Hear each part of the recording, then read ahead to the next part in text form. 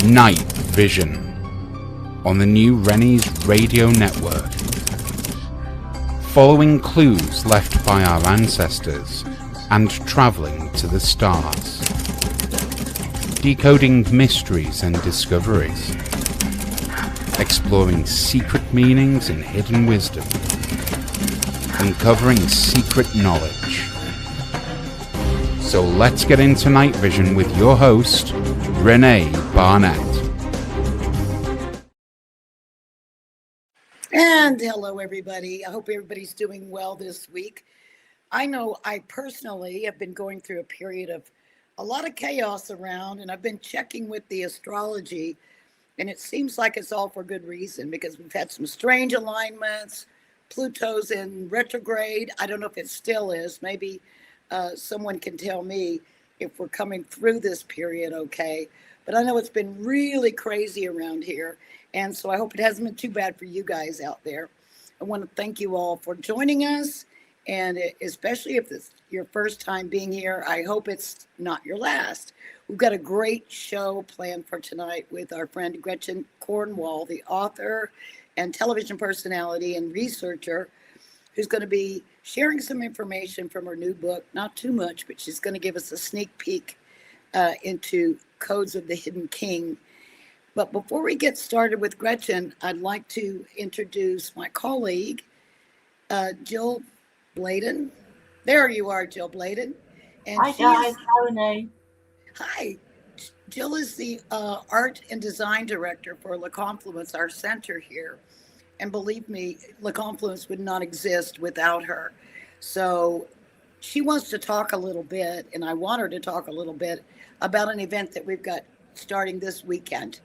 And it's since she's our art person, she's a wonderful artist in her own right. And she's also working with all the local artists in this area to display their work and confluence with us. So Jill, tell us a little bit about what's coming up on Saturday. Well, as an artist myself, I'm very excited about something very unique we've got coming up at the Confluence over the next few months going forward. And we're doing something a little different, not just in the artwork generally, but in our area, the old region of Occitania in the south of France. We're doing something a little unusual that hasn't been tried before. We're taking individual artists who'll be having a solo exhibition. Each exhibition will last for a month. And the artists will also be putting, as well as their final work up, they'll also be putting pieces like their original sketchbook, their ideas work, photographs, etc. So they'll be showing their process and the progress of how they get to the finished piece of art. And the first two artists we have is fabulous contrast. They're both watercolor and ink artists, but very, very different in style. We have an artist got a connection to the area, has lived here for a number of years. She's currently in Cucugnon, which is the bottom end of the Ode, and it's Judith Alsop Miles. And she's actually married to the researcher, historian, and author Simon Miles. It's a great kind of combo here for this couple because Simon kind of paints the landscape and the history with his pen and his words, and Judith does it with her brushes and her inks. And she has the most wonderful, delicate style, very figurative, very precise, which isn't an easy thing. Any of you out there doing watercolors know it's a tough discipline because you get one chance to get it right, and if you don't, you start again. And she's done some amazing work on various scales, tiny pieces up to relatively large paintings. And she's completely obsessed and consumed with the local landscape, the chateaus, the ancient buildings, the old villages, and where she lives, which is kind of in a little bowl, partly up the side of the rings of hills that we have all around us here, with the most spectacular views. And her work is very light, very clean, very upbeat, very evocative of our area, I think. And she's exhibited a lot in England. She's an English artist from the northwest of England, like me. And so she's been here a while. She has her connections here. But there she is. Sorry? I said, there she is. Yes, that's Judith with two of her larger pieces. The one on the her right, our left was quite amusing because we had a small exhibition of local artists a few months after Renee came to France last year. And that particular piece, we had to run around finding a giant screw to hold it up on that part that Trevor did, because it was quite a weighty thing. And it ended up going on one of our aubergine walls in Renee's little guest apartment at number 46, which was the Confluence number 1. And it's a lovely piece. As I say, her colours are delicate, her style is amazing, and I'm really very honoured to have her exhibit and to be our first artist here. Well, and that brings us to, we have a new annex to La Confluence, and that is where the art expo will be showing. So this will also be not only an introduction to their artwork, but also to our new place. Absolutely. So we're kind of excited to show it off as well. But let's have a look at some more of Judith's work. Yes, this is a recent exhibition over last year and spring this year. So she's exhibited quite a lot locally, which is wonderful. So she's got a little following already. Great. Well, actually, I've been contacted by a couple of people already who are interested in purchasing Judith's paintings, and they're just beautiful representations of the area and some of these iconic images, and just the general beauty of the areas that she's able to portray in her work. It's really quite amazing. It is, absolutely. And I think I might have another one. There we go. Is that Caribous? It is, perched on its rocky crag.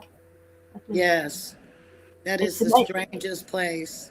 Well, Judith's exhibition will run for the whole of June. And then coming up after that, we'll have the most amazing Brazilian Spanish artist, Luis Eduardo Pontual, who is a real polymath. He's not only an artist and a very gifted photographer, he's a naturopath, a healer, a researcher, a storyteller, and an archaeologist. He's also the most fabulous tour guide, and he works on both sides of the Pyrenees. We have our side, the south of France, Occitanie, and he also divides the time between here and the other side, Catalonia in northern Spain. And his work, again, is watercolour and ink, but he has the most amazing saturated palette that he uses. Again, you can see that he's very influenced by our landscape. Yep. And by the amazing skies that we have here. I mean, people talk about the colour and the light in the south of France, and it is true. It is a special light. It really is. The sky is just amazing here. I marvel at it every day. Every day. Yeah, my daughter calls it, our village is Campania Sorroda. My daughter calls the colour of the sky down here Campania blue. She reckons it's a unique shade that you do not get in the United States. Just right over your village. Right over my village. But it is an amazing light down here. Really Luis is unique. He's Brazilian Spanish artist, and he's lived with and created cultural projects with indigenous peoples in the Americas. He also has, with being his Spanish heritage, European culture, belief systems, wisdom, art, and his work kind of bridges the two, the energy that he finds in these sort of amazing landscapes and these sacred sites. And I think very much inspired by Mary Magdalene too. He is, yes. In fact, he's a creator of the Magdalene. He's a creator of something called the Magdalene fluorescence system, which I don't know a lot about. I'm looking forward to him telling me, but his work is so dynamic and so colourful, and you really feel the energy leaping off the page and how inspired he is by some of these sacred sites and landscapes. And Luis's work will be here for the whole month of July. These are photographs that he had on display in a church in Cadaqués, I probably pronounced that wrong, in northern Spain. He was invited for a short exhibition, and then he was asked to stay longer because the exhibition was so very well received. I'm assuming this is the place. Amazing view and amazing architecture in there, yeah. Absolutely. Well, he's just one of the most interesting people that one could possibly meet. Absolutely. Very, very impressive in a lot of different ways. So looking forward to both Judith and Luis, and just really looking forward to having lots of folks who happen to be in the area or who live in the area to drop on by for a nice glass of wine and some wonderful little munchies and tidbits from Chef Charlotte. Chef Charlotte, oh my gosh, we did a sampling of her food the other day. I didn't have to cook dinner that night, so I just stuffed myself with samples. Her beef bourguignon was to die for. but everything was. But that was my favorite. But anyhow, so the address for the event. It's Maison Jeanne, and it's 18 Rue Saint Jean Cuisa, which is 11190 in the Ode. And you can find us on Google Maps, The Confluence, Renee's Salon Centre, which will soon be our boutique, artisan boutique, and Maison Jeanne Tour House are both marked clearly on Google Maps now, so very easy to find. Put either of those in and you'll find us. Very, very cool.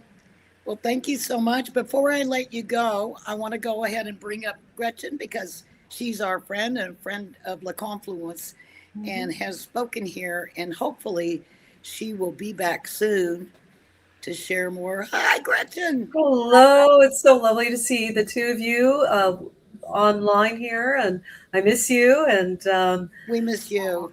Oh my goodness. You know, the two of you, what you've created there, it's just so impressive and beautiful and full of the gifts of the heart and skill. This is about skill and reflecting the heart. But La Confluence has a beautiful salon, wonderful food and wine, and fascinating individuals. And even those who come to listen to the talks are themselves all researchers and authors. Or burgeoning authors. So it's an incredible scene. It really is. Right on the main road heading towards the peak center of the area, Rennes-le-Château. So it's incredible. When we were developing this place, before we even, I think, had a place, I had this flash one night while Jill and I were on the phone, one of our many, many overnight phone marathons, because we were 9 hours apart. So I would get hold of Jill around midnight, my time in Los Angeles, and 9 a.m. here. So as we were talking, I just got a flash, and it was just an image of the salons of Paris with all the people sitting around and exchanging ideas, and intellectuals and artists and all kinds of authors, all kinds of people. And I said, that's, the feeling that we want here. And it was amazing because we started pulling together furniture and decorations and everything. And when people first started stopping by, they said, oh, this is like the salons of Paris. And we said, exactly, that's what we wanted. So It's really great. But I have to say that what Jill is creating over at the new place is really stunning, and it's a much bigger place than this. So we've got a lot more accommodation. I only have 2 rooms to rent here for people who are traveling, but we have 5 at the other place, and plus a much bigger area to hold events and to display art and that sort of thing. So it's definitely a step up, although I still love my place here. And it's my little nest. And I can't wait till we're, as Jill was saying, ready to open the boutique, because we're right here on the main road. You can't miss us. Mm-hmm. If you're going anywhere in this area, you must pass by my place here. You must pass down this road.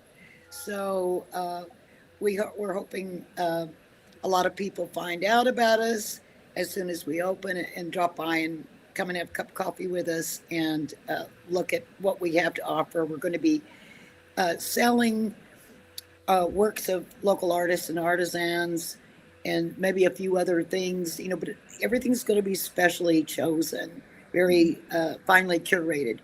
So we have an amazing book collection too. With some the books. What am I talking about? We've got Gretchen's books right here. Yes. It's an honor. I have one right here. Thank you. It's been a privilege to speak. And I have another one right here. I don't have my order of the new books yet, but we will be getting those as well.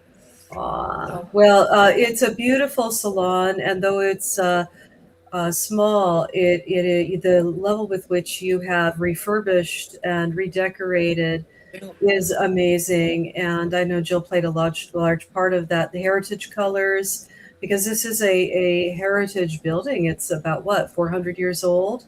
Yeah, late in the late 1600s, Yeah. 1690s, it was built, and we chose specifically colors from a 17th century color palette. I had no idea, Jill did, of course, but before I looked at the palette, I had no idea that they were into such bright colors and richly colored rooms during that time. I don't know why, I just pictured everything being sort of a stone color, but it Yes, really shows up the artwork really well. that's the flaw of Hollywood. Whenever you go back in time, it's fashionable in the last 25 years to put this really dulled down filter on everything, so everything looks a bit drab. But yeah, our going back in time, our medieval European ancestors were really big on color. Yeah, Uh, yeah. and even Well, primary. color was hard to come by the further back you go because it was very expensive. Yeah, and it was a mark of being wealthy, Yes. but by candlelight and by torch or fireplace, you needed that color to show up because it was dark. And I know at Dover Castle they reinvigorated Henry VIII's chambers, and they're primary, almost childish-looking colors to us today, but they needed to be to fill that space, and because it was dark, and they wanted to brighten it up and show off their wealth. But Jill's going, yeah, yeah, I know. No, you She truly knows all are. that stuff. She does. She should be speaking about this, not me. But you really are such a visionary artist, Jill, and not just an artist. You're able to tackle spaces as an interior designer, Oh my and God. I've been Especially to these you. old houses. It's such a Yeah. pleasure with these. I mean, our big house, the Maison Jeanne, the tour house, which we're having the exhibitions at, it's also actually got late 17th century bones. Yep. Yeah. Dorian James can tell you more about that at some point. But it also had the most wonderful early to mid 20th century Art Deco makeover on the facade of the house and a lot of the interiors, didn't it, Renee? I mean, we have the most gorgeous Art bathroom. Deco, the bathroom sideboard, and it has a lot of features from then. So whoever's owned the house over the years has really loved and cared for it and put some amazing things in there. So we're just following on with that heritage. And I believe that house, Maison Jeanne, is part of the castle complex. Mm-hmm. And it used to be like about 4 times the size that it is right now, but it's now been divided up into separate houses. Mm-hmm. But it was a huge place, but it's really nice. And we've got the best team who are working on it and We just certainly making it a showplace. But anyhow, I guess we'll quit bragging for now and get into the heart of the show and what Gretchen wants to speak about. But Jill, I wanted you to stay in and be able to see Gretchen and say hi. And What a lovely surprise. Yeah. Really great to see you here, Jill, and Renee, and both of you. Renee, congratulations on re-engaging with NightVision Radio, and Thank you. to the two of you for this Herculean task that you've pulled off to a sublime level. Congratulations to you both and those that you've worked with to create the salon and the extended parlor at other properties. So Thank you. Thanks so much. Okay, guys. I'm going Okay, Jill. See you tomorrow. but not before 8. No, oh gosh, you know me better than that. Bye, guys. All right. Bye, Gretchen. Bye. Lovely to see you. Bye. All right. So, you and I, this is our second attempt at making this show, and I have to own up to it being my fault that we're just now getting it done. We tried to do this last week, and I'm a talker, not a techer. So I'll just leave it at that. I couldn't get the recording to work, and it was for the most silly of reasons. But we got it together this week, so let's just go for it. Stuff happens. It's okay, and it just gave us another chance to talk. So Definitely. Yeah, I didn't mind it at all in the end. But wanted to talk a bit about your new book, your latest book that you've written with a couple of co-authors. There it is. That's a gorgeous book. Thank you. Thank you. For me, this was over 2 years, 2 years and 3 months or some change. For them, they've been on working on it for a year. And then they thought, we really do need somebody else because it was a Herculean task. And an academic told me recently that this was 500 pages crammed into 300 pages. So that's about the feel of it. It is dense, it's crammed, it's economical at times for space reasons, but it's filled with art as well. And in places we've used historic art, photos of statues, but in other places we've used AI to create images as a storytelling device software. And it is as much as people hate it, I love and honor artists as Jill is, and I know what she's facing. And of course, I know what I'm facing with AI when it comes to being a writer. As a vocalist, people train for years and go to school for years to become who we are. So I'm not trying to pull the rug out from underneath artists, but to create visuals to get across our intentions. And it's a software program that is used to create animation videos, etc. But it's really controversial because it's harsh on water. It needs, these big servers need to be cooled, and it's tough on local water supply. So I really hope that those who are in charge of city planning and other state, local, whatever, federal, make sure that everybody has fair usage to clean water, and that we find ways to make this a safe tool to use without crippling someone's ability to demean their education and take away their livelihood. So that's the danger for everybody. But for me, it's a storytelling device and a tool. So my book that was centered around Oak Island with the blue cover and the mermaid, I actually hired, and for mates rates, because she was kind to me, an artist who created that mermaid.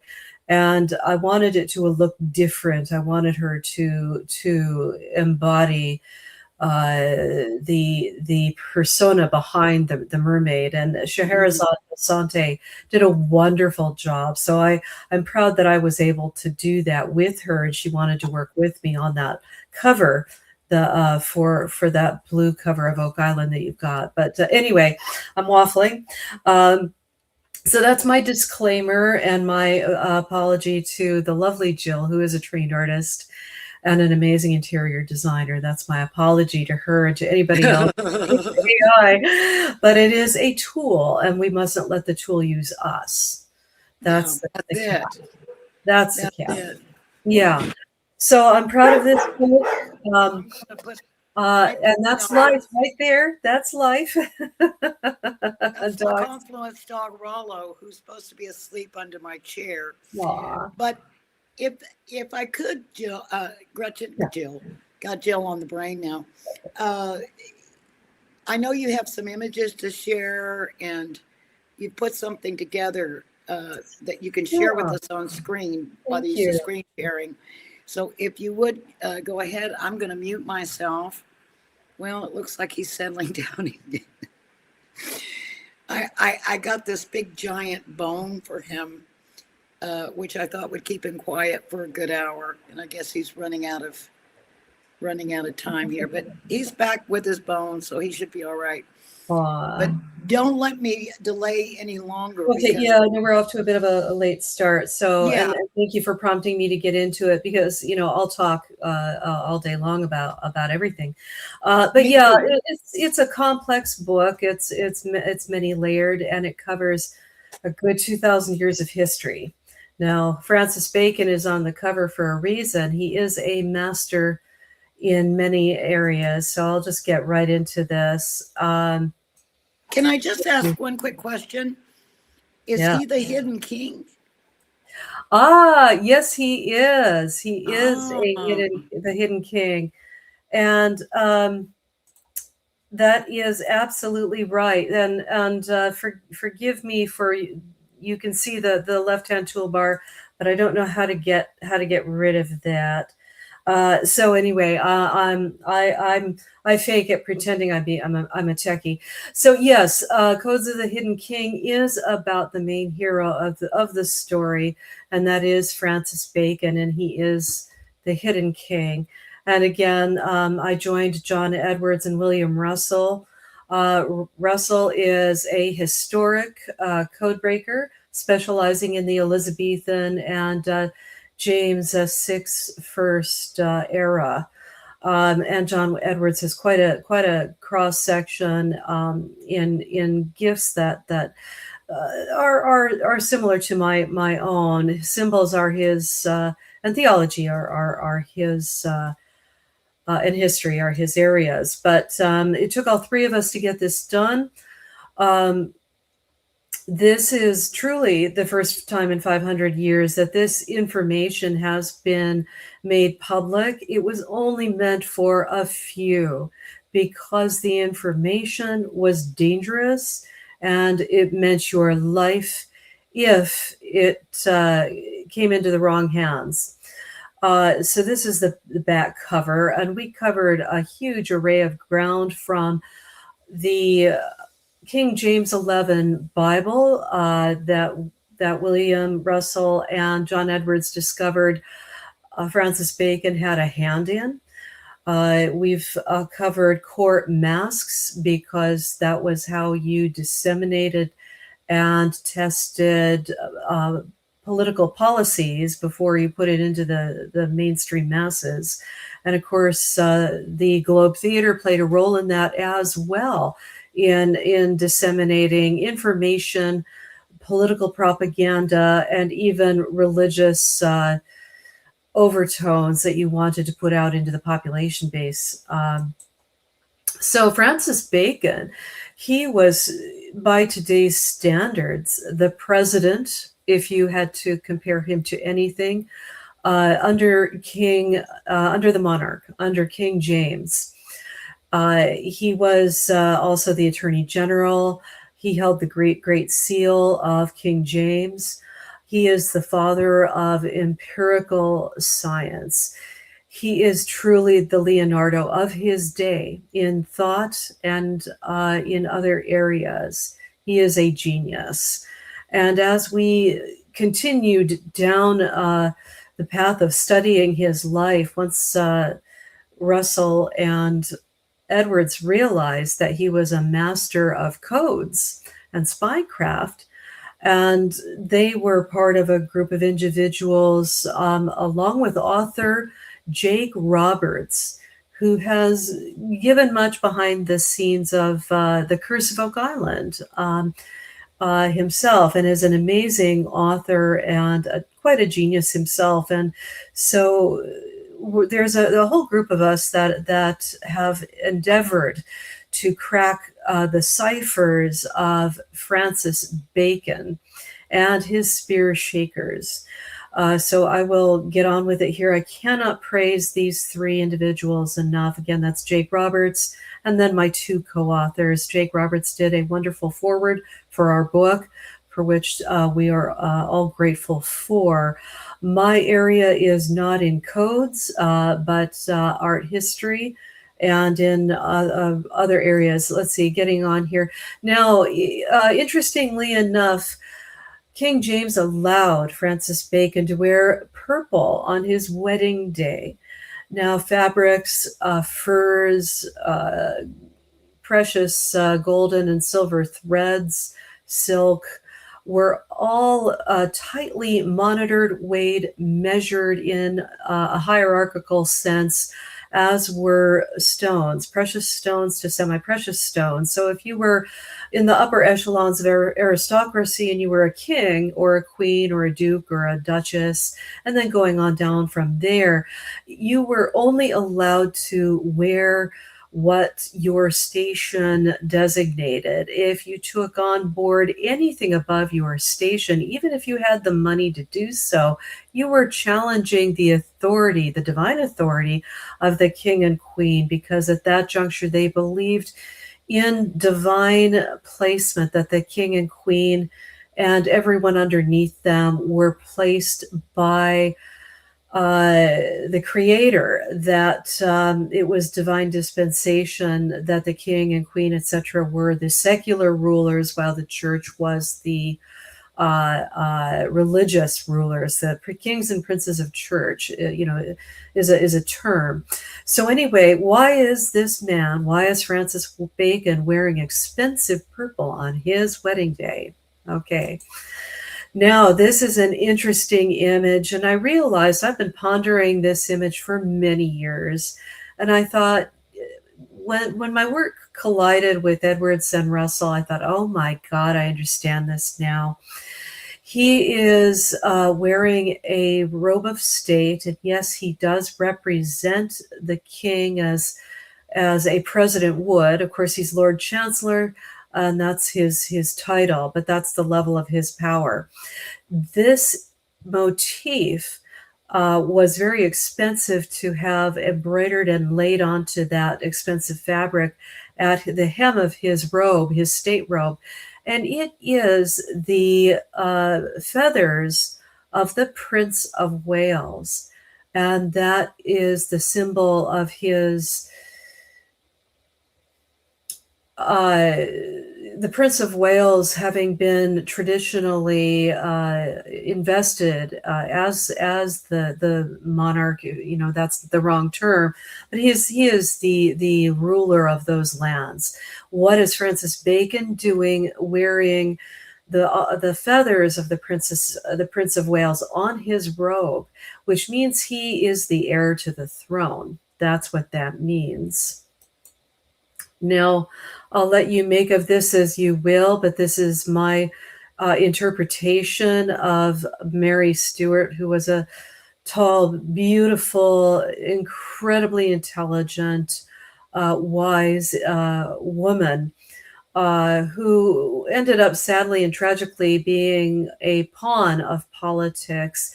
And our book goes into all the many avenues in which her life was controlled at a very early age, sadly. Now, she did marry the Dauphin of France, the King of France, at an early age, and he did not live very long, which is very sad. But there are some incredible works of art that I've discovered that have been overlooked for centuries, that place her as having had a child along with the ciphers. So between examining the dates in history, the individuals involved, from Catherine de' Medici, the Guise family that was the maternal line of Mary Stuart, her mother was Marie of Guise. Between looking at the dates and timelines of history, and also the codes, and then triangulating that with artwork, we came across some pretty incredible, highly guarded state secrets. So moving on from that, and I'm just going to let you think about that. If you want information, it's in the book. I'm not going to gild the lily, as it were. So I did not realize. So no state secrets will be revealed. Well, I've already said a lot, but if you want the details and to find out the triangulation methods we used, from codes to art and historic dates and individuals involved, so triangulation is an important method of re-examining the past. One piece of information may not stand up, but when you've got three, then it's harder and harder to ignore the evidence and the conclusions. So one of the things I discovered when I joined these two incredible minds on this path was that Mary Stuart was an artist, and she used her art to tell her story because she knew it was going to get skewed and who she was going to get lost. Of course, she hoped otherwise, but she embarked upon an amazing project that preserved her legacy and who she was at her core for centuries. And this is new. You won't have heard about this anywhere else. So if you want to understand more about her and what this means, of course, pick up the book. But this comment that embroidery is as important as carving in stone, what she's talking about there were the many coded messages in ecclesiastic buildings such as Roslin Chapel, Chartres Cathedral, these amazing mysterious statuary or Mason marks, Templar marks. Well, guess what? She did it in embroidery. And I believe that she was an alchemist of the heart and mind. There's outer alchemy that attempts to turn lead into gold, but she was not dealing in chemistry here. She was dealing in art and the heart and the mind and the Rose Cross. Now, this is, in brief, the Augsburg Hall hangings, or the prison embroideries. She created these in captivity, and she managed to corral the household, including her jailer's wife, into helping her with this project to create a brand for her, to create her legacy.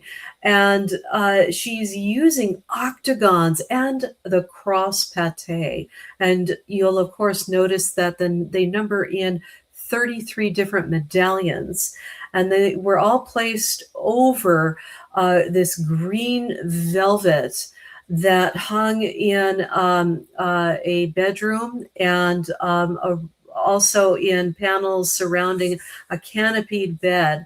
But the backdrop has been lost. It disintegrated. This thing's a good, it's a good 400 years old. So the backdrop has disintegrated. We don't know what the arrangement was, which is tragic because it would have told a story, a progression of thought. So she manages to create this code. And of course, the cross pate is an illusion, and some may disagree with me, but the Templars never left the field. There were some 20,000 across Europe at the time of arrest. Not everybody got arrested. It was localized to France. A lot of them escaped. And of course, who is a Templar? Is it the manager of a farm? Is it the wine merchant selling to other to the town? Who is a Templar? Templarism and these secrets of meditation out of the ancient past ended up in the guilds, spread through the guilds, and ended up becoming Freemasonry and the Rosicrucianism. And now what you're looking at here is, we know for a fact she had a expensive library. She loved books, she collected them, and she had the book that the history of the animal by Gesner. And she had this book in her hands. So she had these images translated so that she and those women that worked with her, including her jailer's wife, into these medallions. And she organized this, developed it. So you can see the head of the unicorn on the right is tilted in to make room for the horn. And of course, some of the medallions are octagons. The Templars always built in circles and in octagons. And of course, the unicorn, it represents the house of Stuart. And there she is. This is hopefully this image brings you closer to perhaps an idealized vision of her, but she was incredibly beautiful and deserves to be remembered at the height of her beauty as having this long, incredibly dense tightly curled red hair. And there's her emblem and hiding behind the chair. And the phoenix is what we're talking about here, which is, as you know, representative of resurrection themes, of coming out of having disintegrated in flame and being reborn in another greater form. But I chose to create these AI images because this original image is just kind of hard to get one's head wrapped around. It's faded, it's not very attractive anymore, and we've lost a lot of the heart of it. So you've got this outline here of the phoenix, and amidst her initials here, Regina, R for Regina, meaning Latin for queen. There's the R for Regina here, and her initials are hidden within this emblem there. So I did, walk off with a bit of license here and tried to create some heart and powerful visuals for the reader to get how important this image is to Mary Stuart. My co-author's lovely wife took this photograph, and this is in another location further north. And if you read the book, you'll find out where this is located. But here's a real strong visual of what Mary Stuart's embroidery would have looked like long ago, in this framework here. These images come from the V&A Museum, and because I wanted to publish images in the book, I had to go back to a 1923 book. So you can see these images are quite badly faded, but this gives you an idea of the lush colors, the intricate details, the fluid movement of the foliage here. It's just remarkable what she's achieved. And this is full of imagery here. You've got these two essentially pillars on either side of the bread here. Now, was she Catholic? Yes, but she was also an alchemist of the mind and heart. At one point, and this will be debated, but at one point, everything had to fall under the umbrella of Catholicism because that was the safe place to disseminate information and to live. And Catholicism won out over many European crusades against the Cathars, the Lollards, the Arians, the Lombards, the Bogomils. I mean, so there are all these different strands of Christianity that Catholicism hit out against their fellow Christians across Europe, and came out on top, by might of the sword, as you know, Renee. So here are further V&A Museum images that are copyrighted to them, and they are not in the book for obvious reasons. But this is not a money-making discussion we're having here today, so I can show you the actual images. And that's why I had to recreate some of the images in AI for the book. So here you have the unicorn. Again, some very fantastical creatures. Some of these creatures, they didn't actually know what they looked like. They just kind of guessed. And of course, if you're taking leaps of imagination and going down a fantastical route, which there is some evidence to show that they were, now I don't know if, I doubt Mary Stuart was, but there's some individuals that were using mushrooms at the time. Going back through medieval history, I encountered an amazing book called The Holy Mushroom. So it was about murals and the mushroom as the tree of life in churches going back into the 1300s, 1400s, 1200s. It's amazing. So, basically these people might have been tripping a bit, but their imagination and their lack of ability of knowledge of beasties, plays out. And I'm speaking here because of time. Interrupt you real quick? Of course, I know we're short. The unicorn. I've noticed, in a lot of medieval tapestries, the unicorn is displayed, and is there something in history that talks about what the significance of the unicorn is? Obviously, as you've talked about, it's a magical creature, and so in some ways points to something kind of secret and magical. But do you know how it was that they chose the unicorn to use so much? Well, good question. They are the only royal house in Europe to have adopted the unicorn as their heraldry device. Now, this is getting into mysticism here.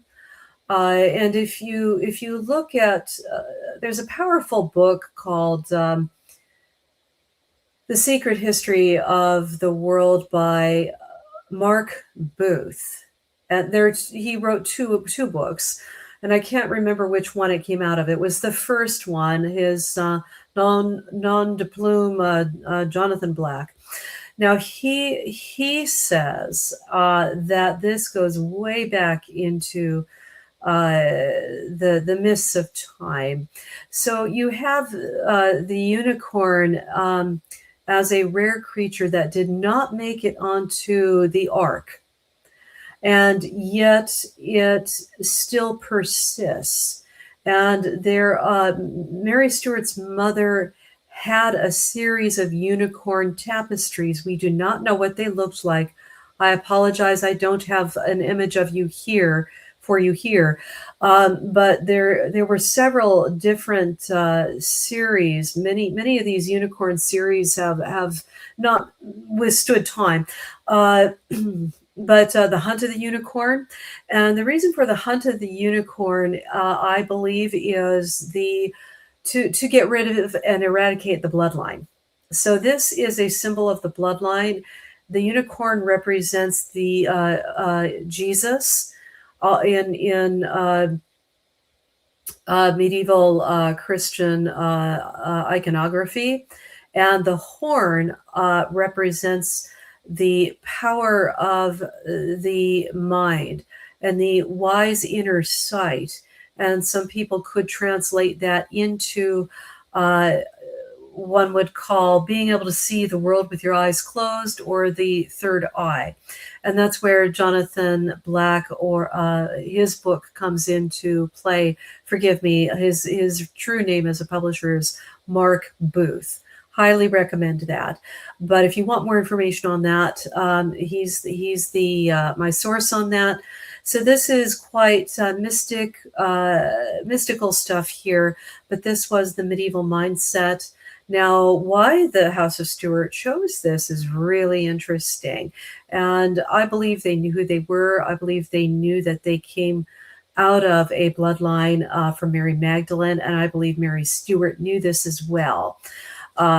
So I'll keep going on here, but I know we're short on time, and you'll have to tell me what you want to talk about and don't want to talk about, because the bee is incredibly important as well to her, and the rivalry between her and Queen Elizabeth, and there can be only one queen bee. And then you are surrounded by worker bees, and the bee is the source of geometry in nature. And here you have her dolphin, her Dauphine here. I went forward too far. This is actually quite a sad panel here, if you really want to know. But there's I won't go into it all, just very quickly. So you have this hand from on high coming down between two trees, essentially pillars, two trees of life, and one's roots get cut. And that's her husband, her first husband, the King of France, who dies too young. And she remains, and she was truly in love with him. They were in love with each other. Moving on, the marigold represents Margaret of Navarre, whose writings influenced Mary Stuart, Jane Seymour, and also Elizabeth. And it was published by Elizabeth. So Mary Stuart is encoding Margaret of Navarre in her works.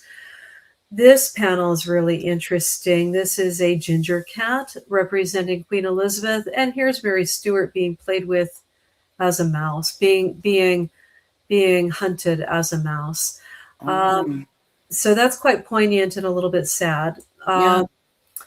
So now through this, as I've already alluded, I won't go into the how and why we've come across this. And actually, William Russell set out to disprove this. Then he found out he couldn't disprove it. And there are two powerful chapters in the book filled with mind-bending code. If you are a math person, love ciphers, then chapter 6 and 7 are for you. And also there are discussions on the Last Supper, the Mona Lisa, and a very special statue he discovered, which is, I won't show here, but it's as he says, it's a sniper shot for the end of the book. And he's right, it's powerful.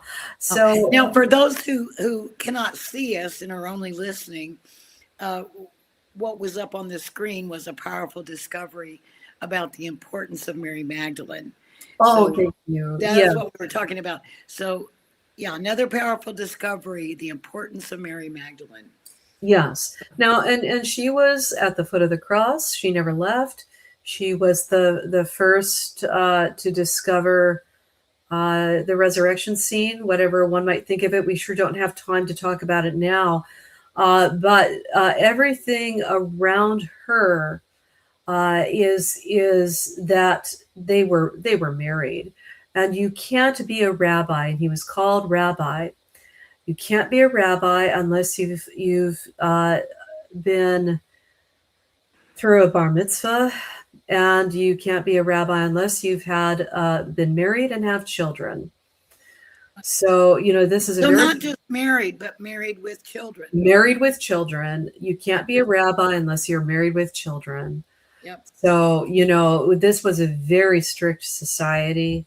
We underestimate that today because we can pretty much do what we want to within the letter of the law. We can say what we want, dress how we want, be who we want to, with huge capacity. They couldn't back then. Very formal, tough societies to live in. Now, just in brief, I know we're behind, and I don't know how much more time you want to invest. We have about 8 minutes. Okay, so I'm going to go through this again. I spoke about ciphers, and because a lot of your readers or listeners won't be able to see this, there is a hand cipher in the Last Supper that's discussed in the book, which basically turns the Last Supper by Leonardo da Vinci into a marriage, so a marriage ceremony. So what you have is the overlay of two events in one image, and Leonardo da Vinci's painting of the Last Supper is quite powerful, and I will leave it at that. There's so many works. Yeah, this is a powerful work of art. In the Basilica of Saint Remy in Reims. And this is clearly a pregnant Mary Magdalene. You just can't get away that this statue is anything other than pregnancy. And even down to the knot at her very, she looks like she's about to have a child any day. Any day. And this imagery goes back to no religion comes out of the ground fully formed. And we just have to challenge a few things here. The original Madonna figure in art history, religious history, is Isis. The original Madonna. The first time we get a Madonna, as you well know, is Isis and Horus, and of course his son is Osiris, or father is Osiris. So it's the first original Trinity is Father, Mother, Child. And in early Catholicism, the mother becomes the Holy Ghost and becomes over time turned into a male Holy Ghost. So they've made the mother invisible. Um, so anyway, moving on here, hopefully at great speed. So the church was supposed to, and this is where our book comes into play. We've scoured first century texts. We've scoured medieval codes, art codes, historic codes, and basically the church was supposed to be Mary Magdalene. And of course, a lot of Magdalene followers will know the little parchment that says that the men are challenging Magdalene and Levi. Who is Levi? Challenging Jesus. Yeah, they are challenging their leader, who was the political and genetic king in exile of Jerusalem and Israel. Their genetic king. They basically, many of them throw him under a bus because they don't want her. They don't want to be led by a woman. So basically, Levi says to the men, the disciples, hey, you're wrong. You're. This is what Jesus wanted. I'm going to take her away and protect her. So she ends up in Marseille, preaching and baptizing and teaching others how to baptize. So there are two churches side by side, and the Church of Peter, who had a golden thread through it. He's still teaching a lot of what Christ chose to wanted to teach, but excluding, women, excluding the sacred divine, the divine feminine, the mother, So anyway, mushing on quickly into how Melusine shows up. I've done a lot of work on Melusine. Melusine is a female counterpart to Merove's spiritual father, if you will, the Quinotar. So the first Merovingian king has two fathers, the Quinotar, but Melusine actually does show up in Brittany and France, though there will be those who will counter me on this. But she is in Brittany and France, shows up at the same time. So she's the female counterpart of the Quinotar. Because it's a tradition, it's a bloodline, and by the time you get into the 600s, the Mary Magdalene's children had moved north, and their traditions continued. So Melusine, the mermaid, is the Lady of the Lake. You get a lot of Arthurian hidden iconography within Melusine, and guess what? She's related to Eleanor of Aquitaine. And Eleanor of Aquitaine is a Rochefoucauld. Rochefoucaulds are cousins to the Lusignan. And I spoke to the current Duchess in 2018, and she said in the 10-minute audience that she gave me in Chateau de la Rochefoucauld, and that family has been there for 900 years. Think about that one for a bit. And she said, Wow. oh, well, I would challenge the Lusignan claim. They just simply wrote it down first. So, and the Lusignans, they died out, and now it's the Rochefoucauld. So this is Mary Magdalene through Eleanor of Aquitaine, and believe you me, she knew who she was. There's a Leonardo da Vinci stairwell in Chateau de la Rochefoucauld, and a treasure chest that tells the story of Melusine carved onto the front of it. But so it's, in brief, this is all in the book. And long story short, Melusine marries Raymond, and she's just an incredible individual. And they have 10 sons. And after having had 10 sons with Raymond of Lusignan, the brother shows up and says, hey, are you sure that she's not cheating on you? Because Melusine said, okay, Raymond, I'll marry you, but you can't come into my bedroom on Saturdays when I'm taking a bath. And he decides to spy through at her on Saturdays in a crack in the door. She realizes she's been found out. She's a mermaid. So he's like, oh my God, my wife is a mermaid. She realizes she's been found out, turns into a dragon, cries, and flies out the window, never to be seen again. But when her descendants are in trouble, she comes back, calling out, circling her tower to alert them that they're in danger. Now, lots of things happening here that I can't get into, but the tower is Magdalene. Magdalene means the tower. Yes. So you've got that. Saturday is here in southern France. We have Tour Magdala, which is basically Tower. Exactly. Yeah. And Saturday is the Sabbath, and that's why it's so important not to look in on her and spy on her on Saturday. But so it's unfortunately Melusine and her husband become scapegoats for a coded story. So you have the jealous brother who finds out and pursues them, persecutes them for their Jewish ancestry, which Jesus, of course, was born into the Jewish world, and so was she.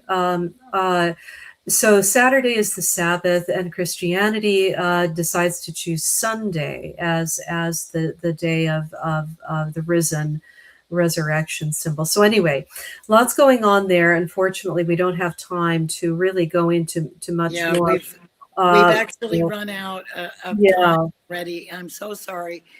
Will you come back and let's get into this some more? Because I was biting my tongue throughout the whole thing because there are a lot of little tidbits that I wanted to ask you about. And because I knew we were short of time, I stopped myself from doing that. But I'd love to get into more in-depth discussion with you.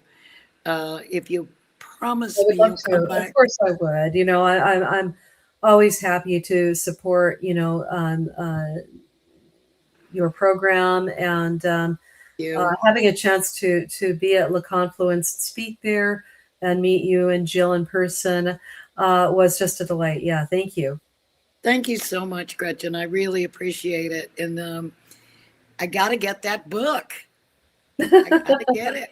It's on Amazon. Yes, I'm going to order one, but I need some books here so that I can put them in the shop. Yeah, so and we'll figure that out later. We'll talk about it. Now, Amazon is selling it in the U.S. and in England.